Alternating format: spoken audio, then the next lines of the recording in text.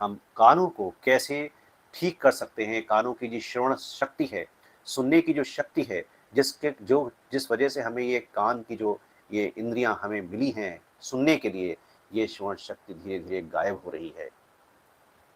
हो रही है हमारे ही तरीकों से। इसका हम दुरुपयोग कर रहे हैं, और दुरुपयोग करने का कारण ये है कि हम इसमें जो ईयरफोन लगा रहे हैं उसमें जो वाइब्रेशंस होते हैं, इतना ज़्यादा हम इसका उपयोग कर रहे हैं कि जिसकी वजह से हमारे कानों में सुनने की जो शक्ति है वो क्षीण होती चली जा रही है।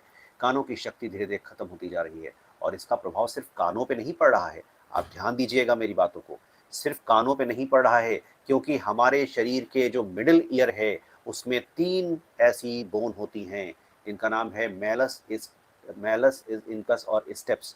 3 तरह की ये बोन पाई जाती हैं जो हमारे शरीर के डायरेक्शन को निरूपित करती हैं कि हम दाएं मुड़ रहे हैं, बाएं मुड़ रहे हैं, इधर मुड़ रहे हैं, उधर मुड़ रहे हैं। ये हमारी जो 3 बोन्स हैं ये मिडिल ईयर की, ये हमको बताती हैं। तो इससे क्या हो रहा है, हमारे रिफ्लेक्सेस पे असर आ रहा है, हमारी क्रियाकलापों पे असर आ रहा है, हम डायरेक्शन से जो मुड़ते हैं उस पे असर आ रहा है। ये कर्ण को बहुत ये आसानी से, इसको ये मत समझिए कि कान सिर्फ थोड़ा सुनने के लिए या इस चश्मे को लगाने के लिए इन कानों का उपयोग होता है। कान बहुत महत्वपूर्ण इंद्रिय है, इसकी सुरक्षा हमारी जिम्मेदारी है, जिसका लाभ हमें ही मिलता है। चलिए अब ये देख जाते हैं कि कैसे इनको हम सुरक्षित करें, कैसे इनसे हम श्रवण शक्ति को बनाए रखने में कामयाब हो जाएं, जो आज के लिए नहीं, अपनी फॉर एवर लाइफ के लिए, हमेशा के लिए हम कैसे इसको बनाएं। तो इसमें सबसे पहले तो मैं आपको बता चुका हूं, जो मैंने आपको अभी करवाया वो क्या है, भ्रामरी प्राणायाम। कानों के लिए भ्रामरी प्राणायाम का बहुत अच्छा उपयोग है। आप भ्रामरी प्राणायाम करेंगे, इससे आपके कानों को विशेष लाभ होने वाला है। आपके कानों की श्रवण शक्ति अच्छी हो जाएगी, वाइब्रेशन होंगे, देखिए आपके कान बहुत अच्छे हो जाएंगे। अकेले भ्रामरी प्राणायाम ही अगर आप 15 मिनट कर लेते हैं तो कानों के लिए विशेष लाभदायक है। मैं इन्फेक्शन की बात नहीं कर रहा हूँ, कानों में अगर इन्फेक्शन है तो उसका आप प्रॉपर इलाज कराइए, उसके लिए भी दवाएं आती हैं, आयुर्वेदिक दवाएं भी आती हैं, लेकिन उस विषय में मैं अभी नहीं जाऊँगा, क्योंकि कानों का जब तक आप स्वयं परीक्षण ना करें तब तक कोई भी दवाई बताना गलत है। तो उसकी मैं इन्फेक्शन की बात नहीं कर रहा हूँ, मैं श्रवण शक्ति के विषय में चर्चा कर रहा हूँ। तो उसके लिए आप भ्रामरी प्राणायाम कीजिए। पहली बात, कानों की श्रवण शक्ति को सुधारने का जो तरीका है, नंबर 1 क्या बताया मैंने आपको, भ्रामरी प्राणायाम। अच्छा, अब क्या करना है, दूसरी चीज मैं क्या आपको बताने वाला हूँ।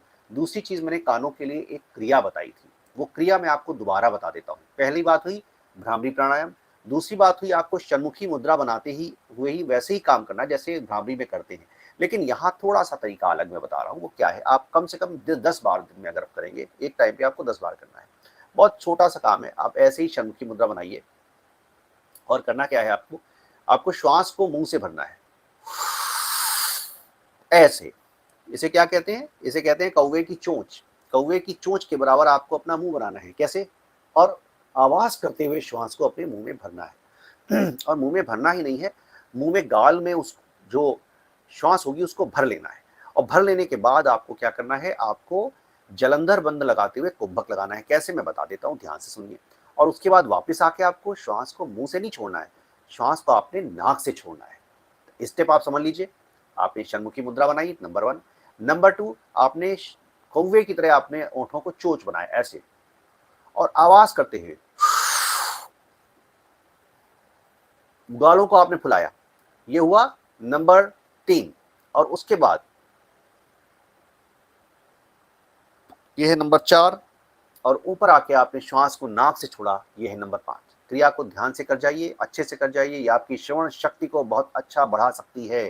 ध्यान से देख जाइए। नंबर 2 क्रिया मैं बता रहा हूँ, पहला मैंने आपको भ्रामरी बताया, नंबर 2 बता रहा हूँ ये क्रिया, ध्यान से देख जाइए।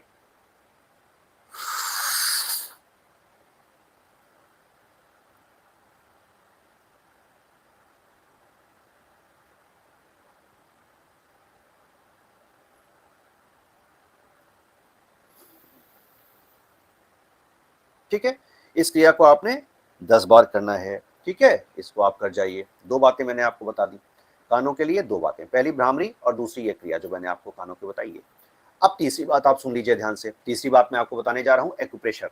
एक्यूप्रेशर क्या करना है आपको, आप ये अपनी अनामिका उंगली देखिए। अनामिका उंगली में आप क्या करेंगे, जो कपड़े जो टांगने के लिए जो क्लिप होती है, क्लिप लगाते हैं कपड़े उड़ ना जाए इसके लिए, उन क्लिपों को आपने ऐसे लगाना है। मैं आपको बता देता हूं, ध्यान से देखिए कैसे लगाना है।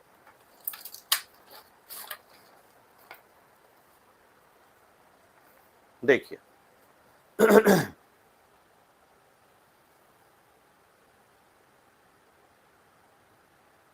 देखिए, आपने ऐसे लगाना है।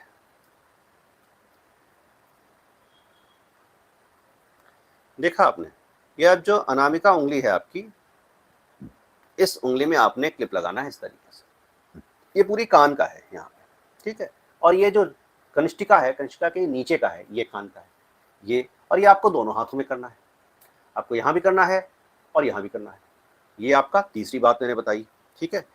3 बातें मैं आपको अब तक बता चुका हूँ। चौथी बात मैं आपको बताने वाला हूँ, शून्य मुद्रा। शून्य मुद्रा कैसे? मध्यमा को आप अंगूठे में लगाइए, ठीक है? और ऐसे लगाइए। ये है शून्य मुद्रा। इसमें आप बैठ जाइए और कम से कम 10 मिनट आप बैठे रहिए। ये तीसरी बात मैंने आपको कान से संबंधित बताई। ये मैं आपको विश्वास दिलाता हूँ, आपकी उम्र कुछ भी हो, लेकिन जो मैं आपको चीज़ें बता रहा हूँ, ये अगर आप करते हैं, तो आपकी श्रवण शक्ति बढ़ जाएगी। मैंने अपने पेशेंटों को ये कराया है, 75 साल की पेशेंट हमारी हैं, उनके कानों में लाभ हुआ है। मैं आपको विश्वास दिलाता हूँ, आप इसको करने का प्रयास कीजिए, आपको निश्चित लाभ होगा। तीसरी क्रिया मैंने आपको बताई। सबसे पहली बात बताई भ्रामरी, दूसरी मैंने आपको बताई कानों की एक्सरसाइज बताई, तीसरी बात मैंने आपको बताई एक्यूप्रेशर पॉइंट्स। आपको अपनी अनामिका उंगली में पूरा आपको लगाना है और यहाँ पे आपको लगाना है कनिष्ठिका के नीचे वाले कोण में, दोनों हाथों में आपको लगाना है, ठीक है?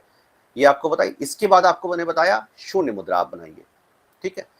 इसके बाद अब आपको मैं चौथी बात बता रहा हूँ, और वो बता रहा हूँ आपको अपने नाक में देसी घी, शुद्ध गाय का, देसी गाय का शुद्ध देसी घी आपको लगाना है अपनी नाक में। नाक को अच्छे से साफ कीजिए। सोने से पहले आपको नाक में लगाना है। और कानों के लिए खासकर मैं नाक बता रहा हूँ, वैसे तो तलवों में भी लगाना, हथेली में भी लगाना होना चाहिए, आप नाक पे भी लगाएं, नाभि में भी लगाएं, कान पे भी लगाएं। ये सारे पॉइंट्स पूरी पूरी बॉडी के जो पॉइंट्स हैं वो हमारे हथेलियों में, तलवों में, कान में होते हैं। तो यहाँ लगाने से पूरे हमारे शरीर में एक तरीके से मालिश हो जाती है। और देसी गाय का जो शुद्ध घी है, उसके लिए ये नहीं देखना है कि वो कौन सी व्यक्ति को लग रहा है, किस प्रकृति के व्यक्ति को लग रहा है और किस ऋतु में लग रहा है। इसलिए मैं वो बता देता हूँ, ये सबसे सेफ, सबसे ही सुरक्षित और सबसे अच्छी चीज़ है। इससे अच्छी, इससे किसी की तुलना नहीं हो सकती, किसी तेल की तुलना नहीं हो सकती। हालांकि मैं तेल भी बता सकता हूँ, लेकिन इससे कोई तुलना किसी तेल की नहीं है। आप ये लगाइए, ठीक? इससे आपके कानों को विशेष लाभ होने वाला है, ठीक है? इसके बाद एक और क्रिया मैं आपको बता देता हूँ। नाक को बंद करके आप तेजी से एक्सेल करेंगे, तो जो श्वास है वो कान के माध्यम से निकलने की बात होगी। ये एक क्रिया है। इससे जो कानों के अंदर की जो मसल्स हैं, अंदर की बोन है, उस पर एक तरीके से क्रिया होती है। उसका लाभ आपके कानों को मिलता है। लेकिन ये क्रिया जब भी आप करेंगे तो बैठ के करेंगे, क्योंकि इस क्रिया को करने से आपको चक्कर भी आ सकता है। कृपया खड़े होकर भूल के मत करिएगा, और आराम से बैठ करके या किसी बेस के साथ करिएगा, वरना आप गिर भी सकते हैं। तो इस क्रिया को आप ऐसे करिएगा।